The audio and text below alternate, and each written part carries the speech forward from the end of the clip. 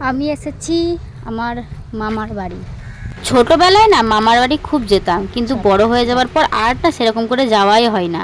আর মামার বাড়িতে আমার ভাই ছোট থেকে থাকে। আমার নিজের কোনো মামা মাসি কেউ নেই, মানে আমার মায়ের কোনো ভাই বোন নেই। আমার মা যেহেতু একটাই, আর আমার দাদুরও অনেক বয়স হয়েছে, তবুও আমার দিদা দাদু এখনো কাজ করে। আমার দিদা মিশনে কাজ করে, দাদু অনেক পরিশ্রম করে।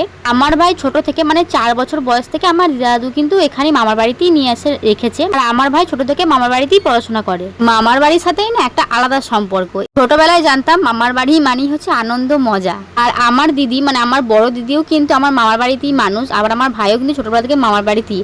আর আমিও কিন্তু খুব মামার বাড়িতে আসতে খুব পছন্দ করতাম। এখন তো বিয়ে হয়ে গেছে, এখন আর সেভাবে আসাই হয় না।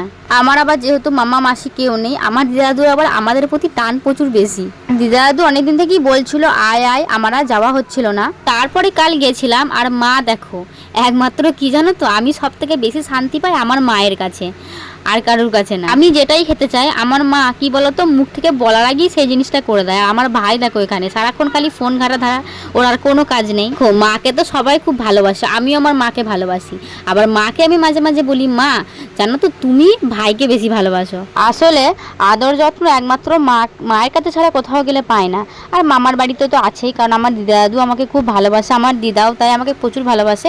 এই দুটো জায়গায় দুটো মানুষের কাছে আমি একমাত্র শান্তি পাই, মা আর দিদার কাছে। মামার বাড়ি যাব আর জমিয়ে খাওয়া দাওয়া হবে না সেটা তো না। আমার মা প্রথমেই আমাকে খাবার দিয়ে দিয়েছিল, মানে মা আমার জন্য ডিম টোস্ট করে রেখেছিল, চপ মুড়ি মিষ্টি কলা সমস্ত কিছু মা আমাকে দিয়ে প্রথমে খেতে দিয়ে দিয়েছিল। ভাইও খেয়ে নিয়েছে অনেক সকাল সকাল।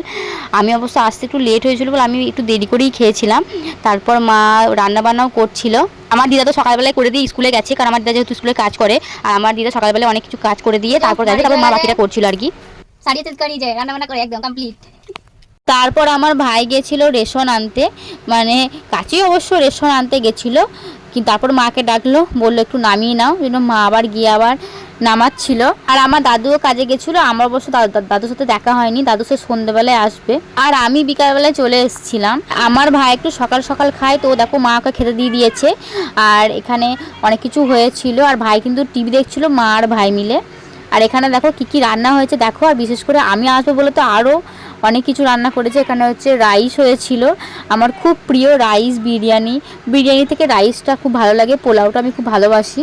আর এখানে দেখো লাল শাক ভাজা করেছিল। আর আমি যেদিন গেছিলাম বৃহস্পতিবার, আর এখানে হয়েছিল চানা, মানে পনির দিয়ে চানা মশলা, ওই পনিরের তরকারি, যাই হোক কী বলছি ভুলভাল।